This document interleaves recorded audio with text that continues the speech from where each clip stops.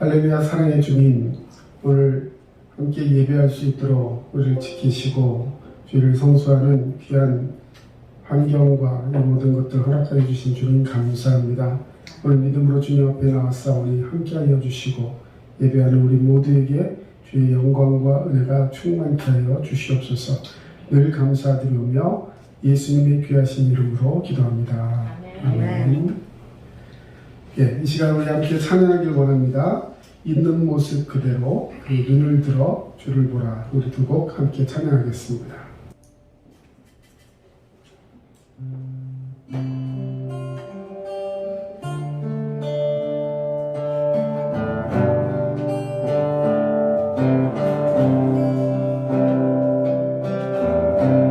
있는 모습 그대로 있는 모습 그대로 있는 모습 그대로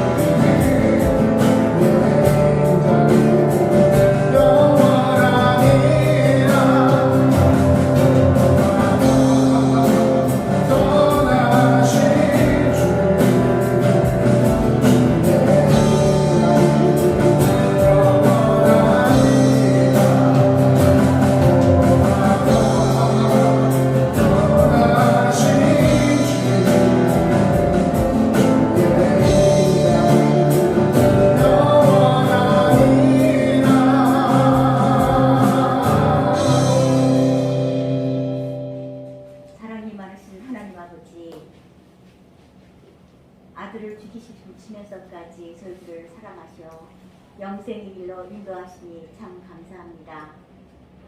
코로나로 힘든 상황 속에서도 두려움을 이기는 믿음 주시니 또한 감사합니다. 확진자들에게 건강 회복에 속히 되게 하시며 수고하는 의료진들을 축복하시어 남은 여름 잘 이겨내게 하옵소서. 나라를 이끌어가는 위정자들이 하나님을 두려워하는 마음으로 일하게 하시며 이 나라를 지켜주시옵소서. 우리 교회를 사랑하시는 주님, 귀한 믿음의 사람들을 채워주시어 소망이 넘치며 더 강한 믿음 주시어 교회를 위해 기도하는 기도에 용사되게 하옵소서.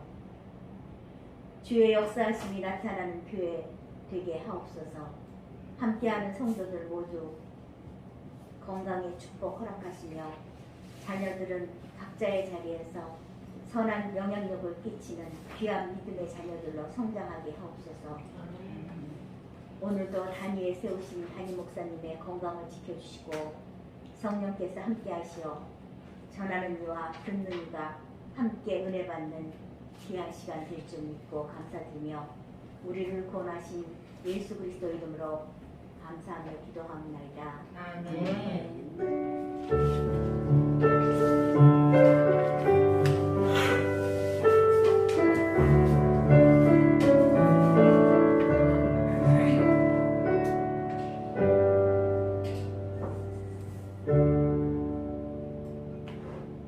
이 시간에는 우리 교회에서 같이 신앙생활하면서 우리 공동체 가운데 믿음과 그 은혜를 사모하는 마음 그리고 간증하는 마음을 가지고 함께 짧은 간증 나누는 시간을 갖고자 합니다. 오늘은 우리 교회 최고령 집사님입니다. 김정래 집사님 나오셔서 신앙 간증하시겠습니다. 집사님, 오랜만에 교회 나오니까 어떠세요? 기분이 어떠세요? 너무 좋아요. 그동안 코로나로 교회 못 오게 해가지고 못 오셨는데 오늘 간증 순서 맡으셨는데 자, 예수님 믿으시죠? 예수님 믿으니까 뭐가 좋아요? 어쩌든 다 좋아요. 그 좋은 거 좀 얘기 좀 해보세요. 자랑 좀 해보세요. 누구한테 나 예수 믿는 자랑 좀 해보세요. 우리 막내딸이 나 예수님이 교회 만들었어요. 막내딸이. 막내 따님이? 네. 그래갖고 교회 다니는 거예요. 지금 그러면 누구 교회 다니세요? 지금은 다 한 절밖에 안 다니지. 아니, 따님들도 다니시잖아요. 한 게. 거기는 교회를 안 가고 집에서 예배드려요. 사람이 많으니까 그걸 못 가고. 못 가고. 교회도 못 가고. 집에서 예배드려요. 넷째 딸네 집도 그러고 막내 딸네 집도 그러고 집에서 예배드려요. 텔레비 놓고. 우리도 이제 비대면으로 해서 다 TV로 해서 온라인으로 하는데 오늘 순서 맡으셔서 나오셨는데 앞으로도 건강하시고 교회 이렇게 출석 잘할 수 있도록 코로나도 빨리 없어졌으면 좋겠죠? 아멘이다. 우리 교회 부흥하도록 교회 잘 됐으면 좋겠다. 우리 한마디만 해주세요. 우리 목사님 건강하시고 사모님도 건강하시고 우리 교회 잘 되게 해주시라고 믿습니다. 아멘. 손 한번 들어주세요. 아멘 들어. 네, 감사합니다. 참 은혜로운 시간이었죠? 우리 박수 한번 주십시오.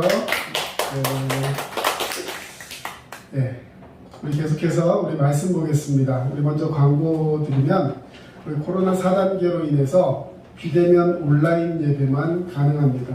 특별히 이제 그 조치 중에 좀 세부적인 변화가 있어서요. 방송 녹화를 위해서 100명 이하의 교회는 이제 10명까지, 최대 10명까지 예배를 드리는데 그 예배위원들, 다시 말해 방송 녹화에 참여하는 사람들만 예배에 이렇게 참여하실 수 있습니다. 특별히 우리 교회는 이 소독을 아주 방역을 철저히 하고 있습니다. 여러분 꼭 기억하시고 각자의 처소에서도 안전하게 그리고 이 코로나 상황이 빨리 없어질 수 있도록 기도해 주시면서 이 모든 일을 응해 주시면 감사하겠습니다. 그래서 이 방송 녹화 예배 관계자 외의 분들은 아쉽지만 예배에 참석하실 수 없습니다. 그래서 혹시라도 그런 것에 관계하고 질문이 있으신 분들은 꼭 저에게 혹은 교회로 연락 주시면 감사하겠습니다.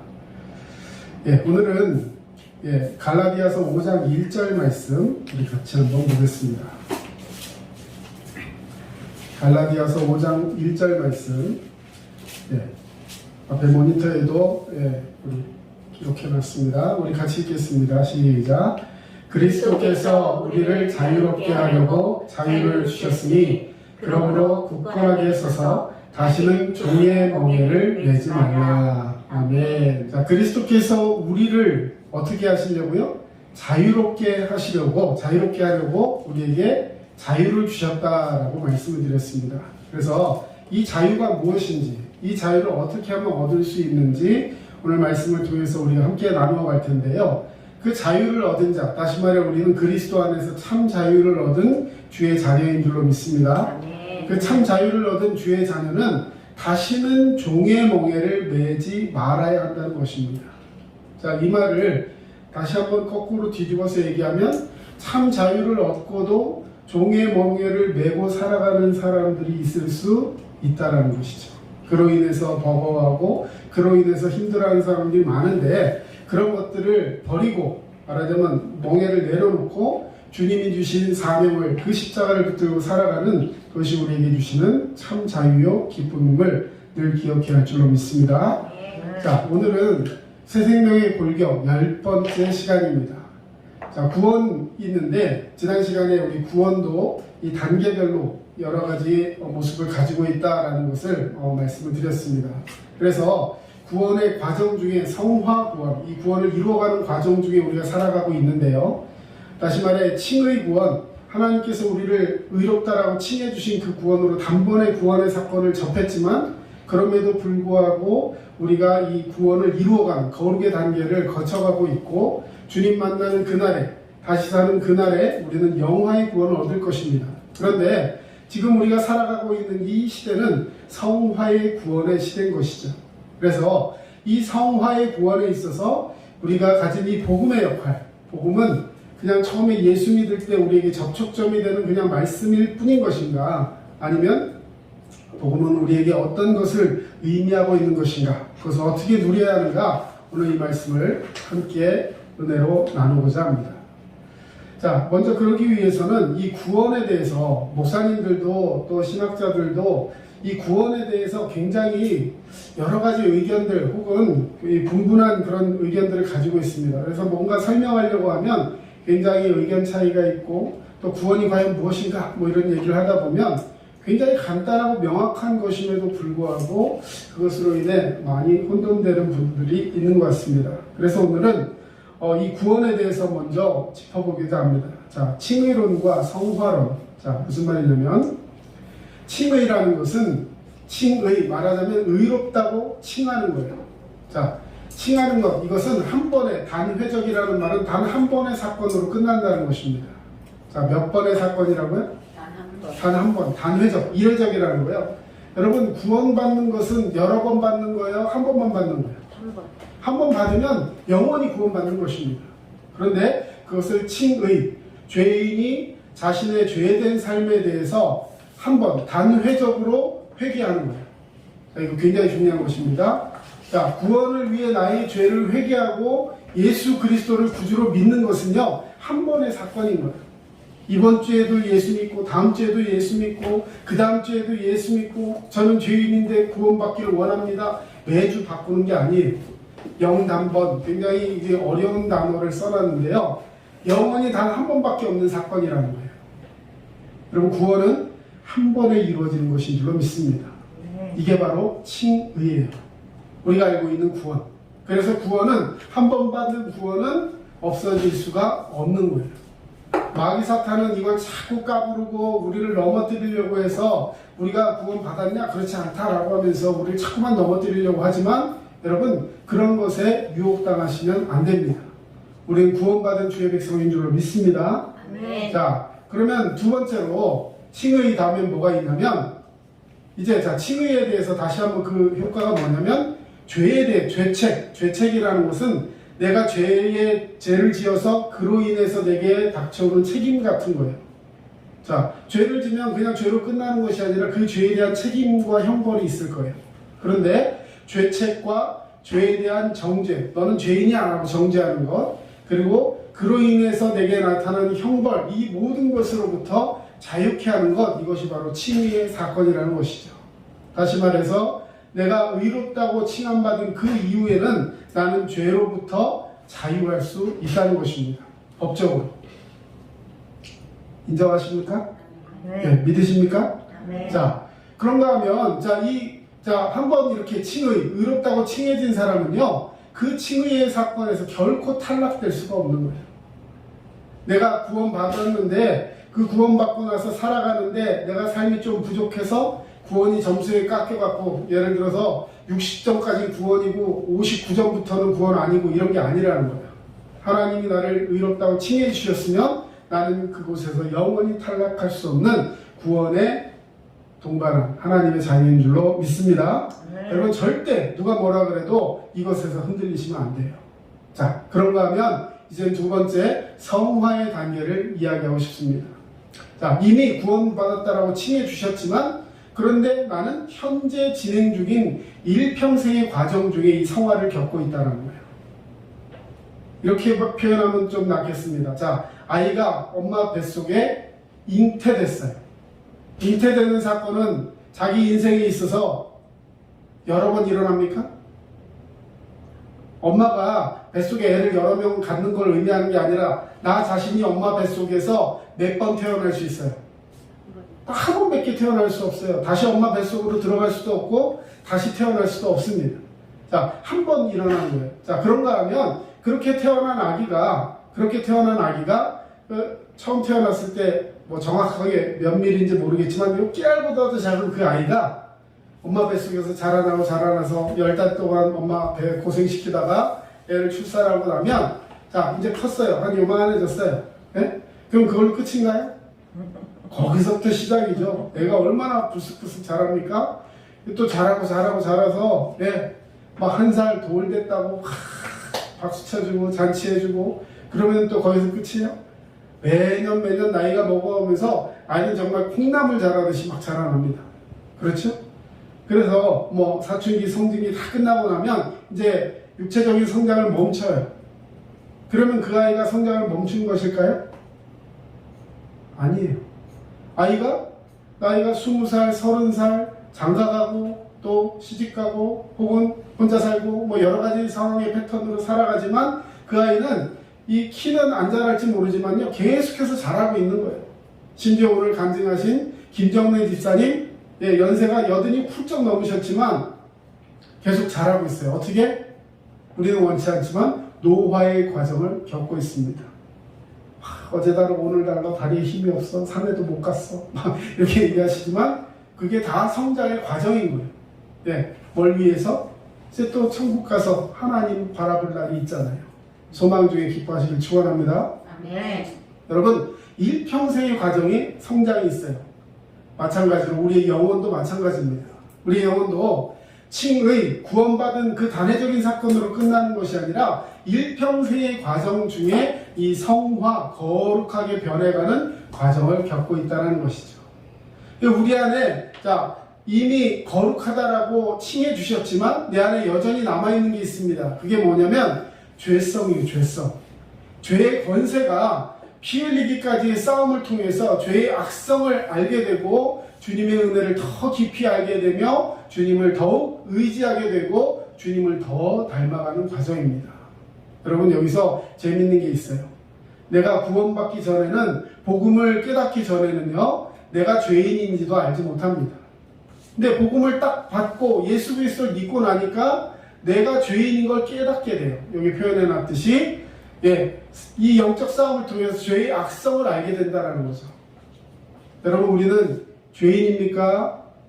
죄가 없습니까? 우리는 여전히 죄 가운데 살아가고 있어요. 그 죄의 악성을 깨닫게 되는 거예요. 사도 바울도 자기 스스로를 이렇게 표현했습니다. 나는 죄인의 괴수다, 우두머리다. 오라, 누가 나를 이 죄 가운데서 구해낼 수 있을 것인가. 여러분 그 믿음의 정말 사도, 우리에게 영적인 스승이 되는 사도 바울 선생님조차도 죄 때문에 평생을 괴로워하면서 평생 그 죄와의 싸움에서 씨름을 하고 살았습니다. 여러분 우리는 그 죄의 모습이 점점 어떻게 할수록 성령이 충만하면 할수록 죄에 대한 문제 때문에 고민하게 되는 거예요. 자, 그런데 그 예수를 더 그대를 깊이 알고 그 가운데 살아가게 되면 주님을 닮아가는 과정 속에서 그 죄를 이겨내고 죄 가운데서 자유케 되는 그런 믿음의 역사들을 발견하게 되는 줄로 믿습니다. 여러분, 근데 거기서 중요한 게 있어요. 자, 죄가 여전히 나를 괴롭히고 있다는 것을 알면 그 죄를 가만히 둬야 될까요? 죄와의 싸움에서 이겨야 되겠죠. 그러면 내가 죄와 싸워서 이기는 것이 아니라 그 죄를 하나님께 고백하는 거예요. 성령님께 고백하는 것입니다. 그래서 반복적인 회개가 필요하다는 거예요. 여기서 잠깐. 자, 아까 처음에 회개는 단회적인 회개만 있다라고 말씀드렸어요. 어떤 죄는 내가 구원에 관한 부분에 있어서는 나의 그 구원받지 못한 부분에 대해서 하나님께 회개해야 합니다. 그건 딱 한 번의 사건으로 끝나는 거예요. 그 다음에는 나의 죄성, 내가 살아가는 데 있어서 죄 가운데 살아가고 있는 생활 속에 있는 죄들에 대해서 주님 앞에 계속해서 반복적으로 회개해야 한다는 거예요. 자, 이걸 차이를 잘 인정하셔야 됩니다. 매일같이 구원받게 해주세요 라고 회개하는 것이 아니라 구원받은 백성임에도 주님 내가 이렇게 살아가고 있음을 고백합니다. 용서하여 주시옵소서. 나의 연약함과 나의 죄됨과 나의 추악함 때문에 상처받고 힘들어하는 사람들이 있다면 오늘 주님 그 사람들을 위로하시고 용서하시고 내가 그로 인해서 힘들어하는 부분까지도 주님이 나를 붙들어 주시어서 그를 용서하고 사랑할 수 있는 마음도 내게 허락하여 주시옵소서. 늘 주님 앞에 회개하는 그런 주의 백성이 되어야 할 줄로 믿습니다. 아멘. 자, 이제 마지막 영화의 단계에 이르게 됩니다. 칭의, 하나님 앞에 의롭다 칭함으로 인해서 확정된 우리의 구원이 성화의 과정을 통해서 주님 앞에 거듭남으로 나아가는 그 축복의 과정을 거쳤다면 마지막 순간 그것이 완성되는 사건이 있는데 그것을 영화라고 표현하는 것입니다. 자, 이 영화는 언제 일어나느냐? 우리가 죽을 때 혹은 우리의 영혼이 영화되고 또 부활할 때 우리의 몸이 영화됩니다. 우리가 죽을 때 영혼이 영화되고 부활은 언제냐면 나중에 죽고 나서 혹은 살아있는 동안에 예수 그리스도께서 우리에게 재림하게 되시면 우리의 모습이 거룩하게 변화될 거예요. 그래서 그때 우리의 몸과 영혼이 완전하게 거룩하게 될 것입니다. 자, 이 영화는 뭐냐? 죄의 현존, 죄의 모든 것으로부터 완전하게 해방되는 사건이 우리에게 일어나게 된다는 사실입니다. 여러분, 그 영화의 날을 사모하면서 주님 만나기를 고대하는 자가 되시기를 바랍니다. 그래서 우리는 그런 단어가 있어요. 마라나타. 우리 한번 따라해 봅시다. 마라나타. 마라나타. 자, 마라나타라는 말이 뭐냐면 이렇게 주님 오심을 고대하면서 이 세상 살아가면서 이 세상 가운데 혹시 어려움이 있고 힘든 부분들이 있다고 할지라도 주님 오시길 원합니다. 주님 오시길 원합니다. 마라나타. 여러분, 주님을 사모하는 자가 되시기를 축원합니다. 네. 여러분, 칭의의 구원은 죄의 저주로부터 해방이고 거기 빈칸 채우셔야 될 거예요.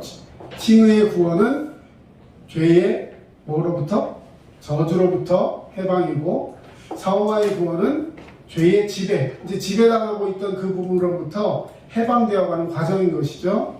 그리고 마지막 영화의 구원은 죄의 존재, 현존하고 있는 그 모든 죄로부터 완전히 해방되는 것을 의미합니다.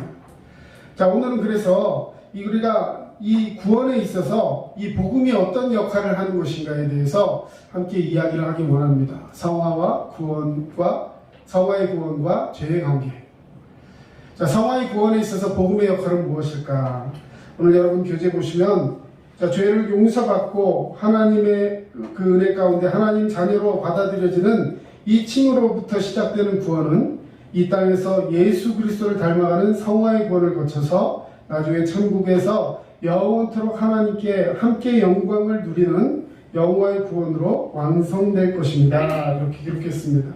자, 이 구원의 각 단계를 죄와의 관계로 아까 말씀드린 것이 이 죄에 대한 세 가지 부분이었죠. 칭의의 구원, 죄의 저주로부터, 성화의 구원은 죄의 지배로부터, 영화의 구원은 죄의 존재로부터 해방된다라고 말씀을 드렸습니다. 그래서 이 성화의 구원에 있어서 죄의 관계는 죄의 유혹과 지배로부터 벗어나는 것이죠. 자, 그렇다면 이 복음의 은혜는 우리에게 어떤 의미를 가지고 있는가?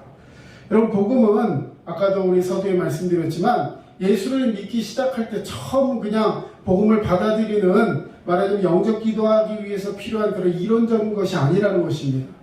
복음의 역할은 구원받고 끝나는 것이 아니라 성화에 있어서 그 죄를 발견하고 하나님께서 주신 그 구원의 삶을 누리도록 하는 데 있어서 복음은 굉장히 중요한 역할을 감당하고 있다는 것이죠.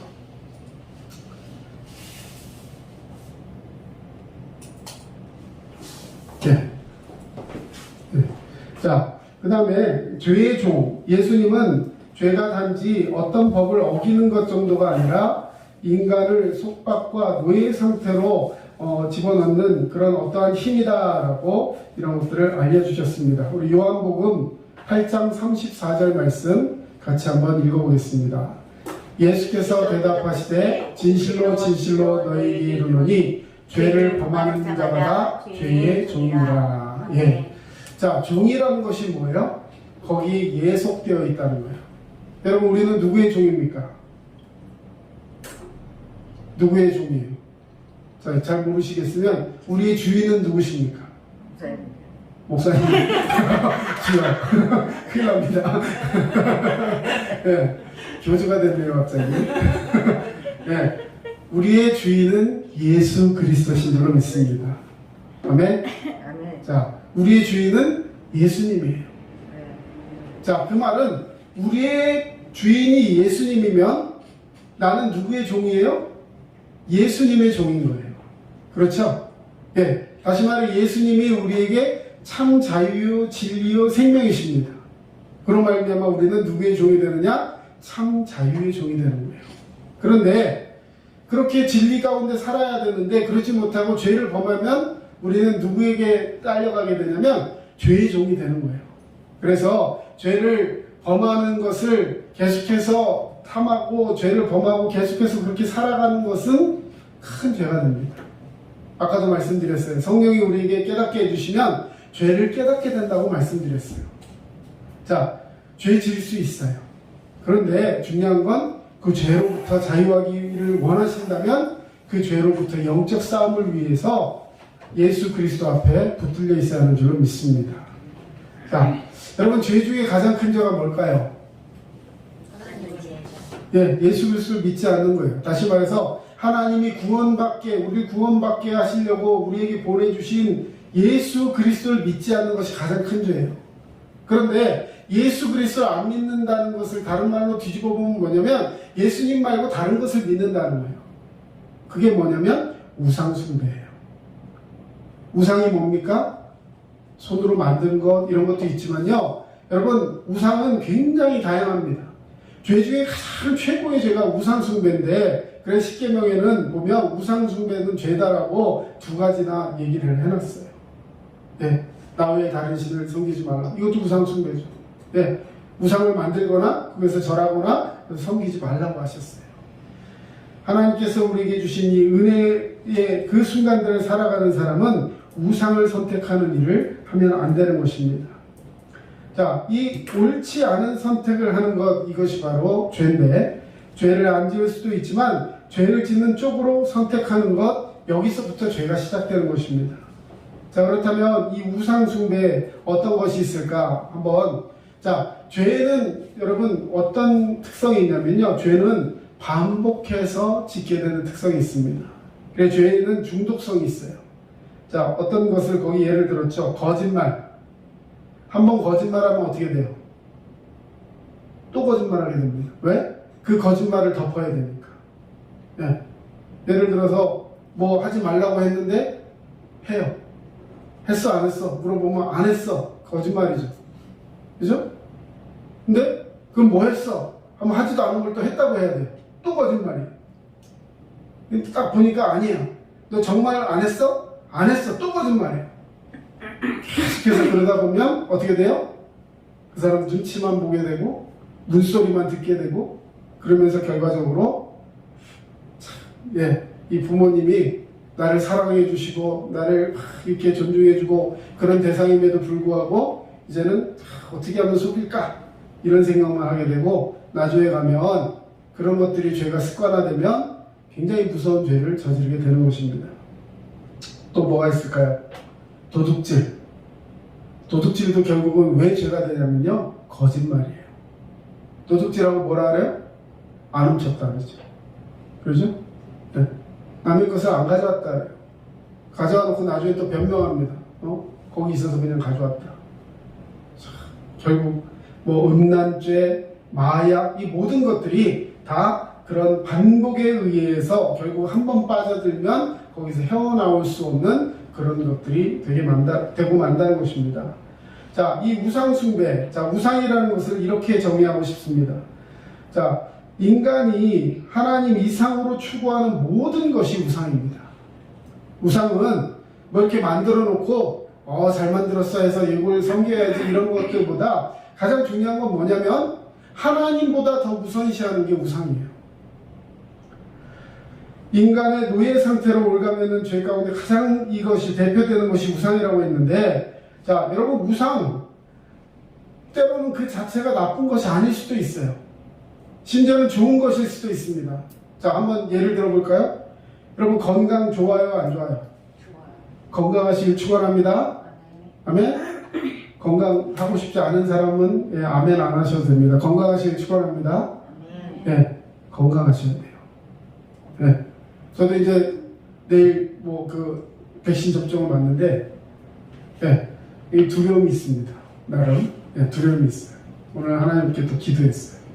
성도들에게는 염려 말라 해놓고 혼자 두려워가 안 되니까 하나님께서 지켜주시고 이 모든 과정 속에서 하나님의 영광을 나타낼 수 있도록 주님 도와주시옵소서. 여러분, 그런데 건강 너무 좋은 건데요, 이 건강에 대한 염려가 너무 지나쳐서 너무 건강 일변도로 살아가면서 건강에 매여 살다 보면요, 그래서 예를 들어서 나는 교회도 못 가고, 나는 그래서 뭐도 못하고, 그래서 뭐도 못하고 막 하면서 만약에 그쪽으로만 막 치우쳐서 살다 보면 그것도 우상인 거예요. 물질도 마찬가지고 학업도 마찬가지고 모든 것이 그렇습니다. 여러분, 사람이 가장 많이 추구하는 우상은 돈이나 성공이나 또는 인정받음 같은 것들입니다. 사람마다 추구하는 우상의 종류는 제각기 다르지만 한 가지 중요한 공통점이 있다면 바로 그것들에 대해 지나친 집착을 갖는다는 거예요. 여러분, 집착하면 우상이에요. 내가 뭔가 거기 막 매여있고 집착하고 그거 외에 다른 거 보이지 않고 있다면 우리는 회개해야 합니다. 사람들은 이러한 우상에게 너무나 집착하고 신경 쓰기 때문에 늘 자신의 삶이 생각과 감정이 이러한 것들에 잘 끌려다니게 됩니다. 자, 대부분의 사람들은 이것들을 이제 추구하기보다 지배당하고 이런 것들에 대해서 모르고 그냥 가요. 그러다 나중에 알게 되면 깜짝 놀라면서 거기서 일어설 수 있죠. 그런데 알면서도 거기에 간다면 나는 이미 우상에 매여있는 자가 되는 것입니다. 우리 출애굽기 20장 3절에서 5절 말씀 같이 한번 보겠습니다. 너는 나 외에는 다른 신들을 내게 주지 말라. 너를 위하여 새긴 우상을 만들지 말고 또 위로 하늘에 있는 것이나 아래로 땅에 있는 것이나 땅 아래 물속에 있는 것의 어떤 형상도 만들지 말며 그것들에게 절하지 말며 그것들을 섬기지 말라. 여러분, 하나님보다 더 귀한 것이 있어서는 안 될 줄로 믿습니다. 믿음 안에서 늘 건강하시고 건강한 믿음을 위해서 혹시라도 내가 집착하고 있는 것들이 있다면 오늘 주님 앞에 내려놓아야 하는 것입니다. 자, 이제 본론적인 말씀 드리고 마치고자 합니다. 자, 상황의 구원에 있어서 그럼 복음의 역할은 무엇인가? 복음의 역할, 여러분, 복음은 죄를 폭로해 줍니다. 다시 말해 내 안에 있는 죄를 드러나게 해주고 발견하게 하고 그것 때문에 하나님 앞에서 영적으로 씨름하고 갈등하며 하나님 앞으로 더 나아갈 수 있도록 나를 인도해내고 세워주는 것, 이것이 복음의 역할인 거예요. 그래서 복음은 먼저 우리 안에 뿌리 박혀 있으면서 행동으로 나타난 죄의 실체들을 폭로시켜준다. 이것이 복음의 역할이라는 거예요. 자, 복음이 내 안에 있으면 죄가 드러난다고 했습니다. 여러분, 이걸 꼭 기억하세요. 막 죄가 드러나니까 나는 더 죄인 같아서 나는 뭐 교회 다니고 나니까 더 죄책감만 들고, 여러분, 성령이 우리 안에 있기 때문에 죄가 드러나는 거예요. 이걸 잘 아셔야 돼요. 그전에는 알지도 못해요. 예배 시간에 집중하지 않고 딴 생각하고 그것 때문에 하나님 앞에 영광이 가려지는지도 모르고 살아가는 인생이 있었다면, 예수 그리스도를 제대로 믿고 믿음 안에 살아가면 이제는 내가 이 가운데서 주님 앞에 구별되어야 되겠다. 여러분, 주님 앞에서 더 나아갈 수 있는, 집중할 수 있는 힘이 생기는 것, 이것이 바로 복음의 능력인 것을 기억하시기를 바랍니다. 자, 그 결과로 인해서 어떻게 되느냐? 복음이 우리에게 있으면 평강과 만족과 기쁨과 감사의 삶을 누리게 됩니다. 그래서 우리의 영혼이 어떻게 돼요? 변화를 일으키게 되죠. 우리의 영혼이 변화되게 되는 줄로 믿습니다. 자, 복음이 나타나는, 복음의 능력이 실제로 우리 가운데 어떻게 역사하는지 몇 가지 거기 적어보았습니다. 첫 번째, 인정받음의 굴레에서 벗어날 수 있습니다. 인정받는 것. 사람들은 학교 성적, 좋은 직장, 멋있는 외모, 부의 축적, 자기 분야에서 성공, 뭐 이런 것들을 통해서 뭐 하고 싶냐? 주변 사람들에게 인정받고 싶어요. 여러분, 이거 어느 정도 필요합니다. 예, 성취감이 있어요. 인정받으면, 다른 사람들이 인정해 주시면, 예, 그런 것으로 인해서 굉장히 뿌듯한 마음을 느낄 수 있습니다. 자, 그런데 문제는 뭐냐? 그런 것들 때문에 하나님을 섬기기보다 인정을 받을 수 있는 조건들을 더 우선시하게 되면 그것이 결국은 하나님으로부터 멀어지는 모습이 된다는 것입니다. 그런데 복음의 능력이 내게 나타나면 인정의 굴레에서 벗어나게 된다는 것입니다. 자, 왜 벗어나게 되냐면, 여러분, 누구에게 인정받는 게 최고의 권력자에게 인정받는 걸까요? 그렇죠. 하나님께 인정받으면 되는 거예요. 여러분, 예를 들어서 대통령에게 인정을 받는 사람이다. 얼마나 영광스러워요. 얼마나 귀합니까? 근데 그 인정이 계속되지 못하면 그 사람은 거기서 추락하게 되는 거예요. 그런데 하나님이 우리를 인정해 주신다면, 누가 예를 들어 나를 인정하지 않고 혹 나를 뭐 핍박하거나 나를 업신여기거나 하는 부분들이 혹 있다 할지라도, 나를 위해서 자기 아들을 아낌없이 내어주시기까지 나를 사랑하시는 하나님이 저와 여러분을 인정하신다면 여러분이 만족하게 될 줄로 믿습니다. 예, 하나님이 나를 인정해 주시는 거예요. 그로 인해서 진정한 자유와 쉼을 얻게 됩니다. 마태복음에 보면 수고하고 무거운 짐진 자들아 내게로 오라, 내가 너희를 쉬게 하리라, 이렇게 말씀하셨어요. 쉼을 얻기 위해서는 어떻게 해야 되느냐? 자기 짐을 주님의 십자가 아래 내려놓으라고 했습니다. 그리고 주님 안에서 참 자유와 쉼을 얻으라 하셨습니다. 자, 두 번째, 우월감이나 열등감에 사로잡힌 삶에서 벗어날 수 있습니다. 자, 지금 뭐가 있으면 벗어날 수 있다고요? 복음의 능력이 있는 자는 우월감이나 열등감에서 벗어날 수 있다는 것입니다. 많은 사람들은 열등감에서 벗어나려고 뭘 추구하냐면 성취와 성공으로 스스로를 포장하려고 합니다. 남들보다 더 잘되면, 내가 1등하면, 내가 누구보다 더 부자가 되면, 내가 누구보다 더 좋은 직급에서 일하게 되면 그보다 상대적인 우월감을 가지려고 하는 것이죠. 자, 그리고 이러한 노력들로 인해서 혹시 성공을 하게 된다면 우월감으로 연결됩니다. 열등감에서 벗어나기 위해 노력하다가 자기가 성공하게 되면 우월감을 느끼게 돼요. 하지만 이 우월감과 열등감은 둘 다 똑같이 영혼을 파괴시킵니다. 우월감은 자신에 대한 과대망상으로 연결되고, 열등감은 스스로를 짓밟게 됩니다. 그런데 우월감과 열등감의 문제는 그 뿌리가 같다라는 것, 여러분 한번 생각해 보시기 바랍니다. 그 뿌리가 어디서부터 생기느냐? 여러분, 우월감과 열등감은요, 누가 내게 주는 게 아니에요. 누구한테서 생겨나는 거예요? 자기 자신에게서 나오는 거예요. 자기가 원인인 거예요. 자, 자기중심적인 사고, 자기 연민, 이런 것들 때문에 이런 것들이 발생하는 것입니다. 자, 그러면 이걸 고쳐야 되는 거예요. 굉장히 중요합니다. 자, 복음은 이런 것들을 어떻게 고치냐면, 복음은 우리가 너무나도 지독한 죄인이라는 것을 깨닫게 해줘요.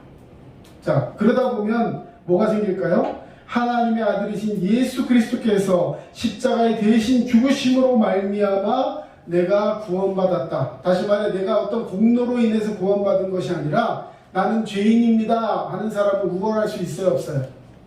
우월감이 사라져요. 그 다음에 죄인임에도 불구하고 나를 구원해 주신 주님의 사랑이 나에게 가득합니다. 그래서 주님이 나를 제일로 사랑하십니다 라는 말씀에 은혜가 있으면 그 사람은 열등감이 사라집니다. 다시 말해 죄인이기 때문에 우월감이 없어지고 구원하신 하나님의 은혜를 내가 받고 있기 때문에 열등감이 사라져요. 이 두 가지를 꼭 경험해야 할 줄로 믿습니다. 그 열등감과 우월감이 사라지면요, 그에게 찾아오는 놀라운 열매가 있습니다. 그게 뭐냐면 진정한 겸손과 진정한 자신감이에요. 진정한 겸손과 진정한 자신감. 전 우리 두드림교회 모든 성도님들, 또 이 땅에서 하나님의 은혜 가운데 예배하는 모든 주의 백성들이 진정한 겸손과 진정한 자신감을 가지고 우월감과 열등감을 이기고 믿음으로 승리하는 자가 되시기를 주의 이름으로 축원합니다. 자, 또 가면 뒤에 숨지 않아도 될 자유가 있습니다. 인간은 대부분 자신의 본래 모습을 드러내기를 두려워합니다. 그래서 눈에 보이는 옷이나 액세서리, 그 다음에 성공이나 돈, 지위 이런 것들을 사용해서 자기를 가리려고 하죠. 그런데 이러한 가림이 어느 정도는 필요하겠지만 지나치게 되면 그 가면들의 노예가 되고 마는 거예요. 예를 들어서 요즘 유튜브나 이런 데 보면은요, 화장을 정말 기가 막히게 하는 그런 사람들이 있어요. 짧은 시간에, 물론 이렇게 단축해서 녹화한 것이겠지만, 엄청나게 예쁜 사람이요, 이제 화장을 이렇게 해놨어요. 근데 그걸 이렇게 지웁니다. 거꾸로 돌려갖고. 지우는데 보면요, 이거는 사람을 이렇게 외모로 저기 하면 안 되지만, 심지어는 남자가 화장을 너무 예쁘게 해가지고 정말 아름다운 여자로 만들어버릴 정도로 화장실이 대단한 사람들이 있어요. 자, 그 화장을 잘하는 건 능력이죠. 네, 잘해서 예쁘게 보이는 거 좋다고 생각합니다. 근데 자, 그렇게 화장을 자꾸 하다 보니까 이 사람은 어떻게 될까요? 나중에 화장을 하지 않으면 밖에 나갈 수가 없어요. 네, 그러면 그 사람의 본 모습은 화장한 모습이에요? 왜 화장 안 한 모습이에요? 자, 지금 비단 화장만 가지고 얘기를 했지만, 우리가 뭔가에 너무 의존하고 그것을 가리는 것을 내 삶의 목표처럼 나의 이 민낯을 보이면 안 된다, 너무 이런 것에 강박을 갖게 된다면 그 사람은 정말로 불안한 삶을 살아갈 수밖에 없겠죠. 여러분, 우리는 하나님 앞에 벌거벗은 자예요. 그 형상을 회복해야 하는 줄로 믿습니다. 에덴 동산에 처음 아담과 하와가 하나님과 함께 할 때 누구도 부끄러워하지 않았어요. 연약함이 없었을까요? 부족함이 없었을까요? 아니요. 우리는 연약하고 부족한 인간이지만 하나님이 우리를 사랑하시기 때문에 그 모든 것을 하나님 다 덮어주시고 우리를 사랑으로 인도하여 주실 줄로 믿습니다. 그런 믿음 안에서 당당한 삶을 살아가시기를 주의 이름으로 축원합니다. 자, 이제 마지막으로 용서와 사랑이 가능한 자유를 우리에게 허락하셨습니다. 자, 이거 한번 읽고 넘어갈까요? 하나님은 우리의 있는 모습 그대로 우리를 받아주시고 사랑하시고 자신의 자녀로 늘 인정해 주시는 줄로 믿습니다. 우리 오늘 같이 찬양했던 거, 있는 모습 그대로, 있는 모습 그대로, 있는 모습 그대로, 누구에게로? 하나님께로 오시기를 축원합니다. 주님이 받아주시고 인정해 주실 것입니다. 마지막, 용서와 사랑이 가능하게 하십니다. 여러분, 얼마나 많은 사람들이 용서하지 못하고 그 미워함의 감옥에 갇혀 있습니까? 여러분, 누군가 미워하게 되면요, 그 마음이 얼마나 힘든지 몰라요. 시간이 지나고 상대방을 안 보면 해결될까요? 그렇지도 않아요. 네, 그 상처와 그 기억이 사라지지 않습니다.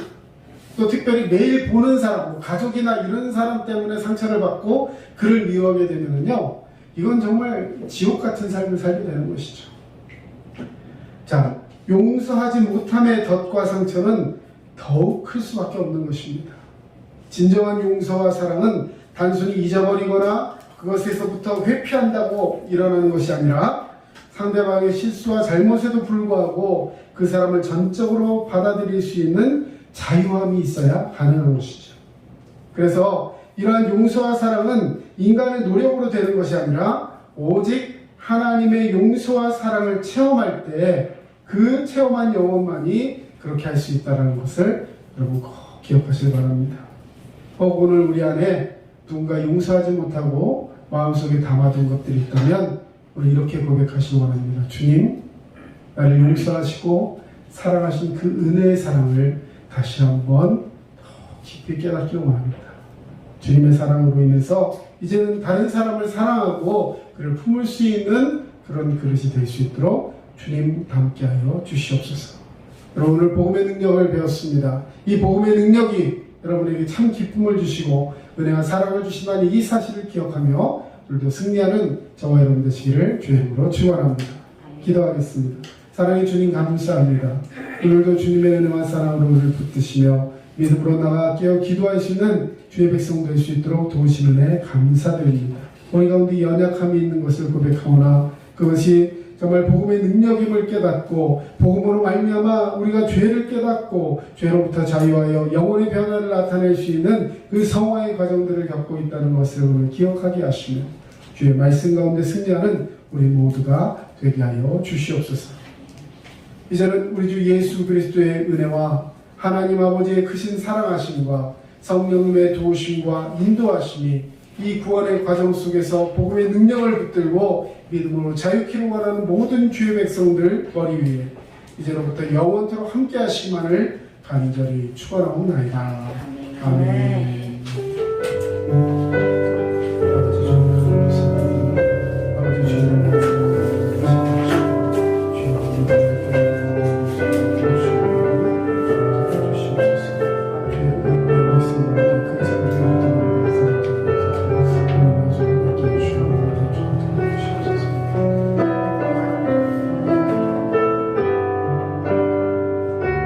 지금까지 남양주 다산신도시 두드림 침례교회 전철호 목사였습니다. 여러분 믿음으로 승리하시고 오늘도 건강하시고 행복하시길 바랍니다. 감사합니다.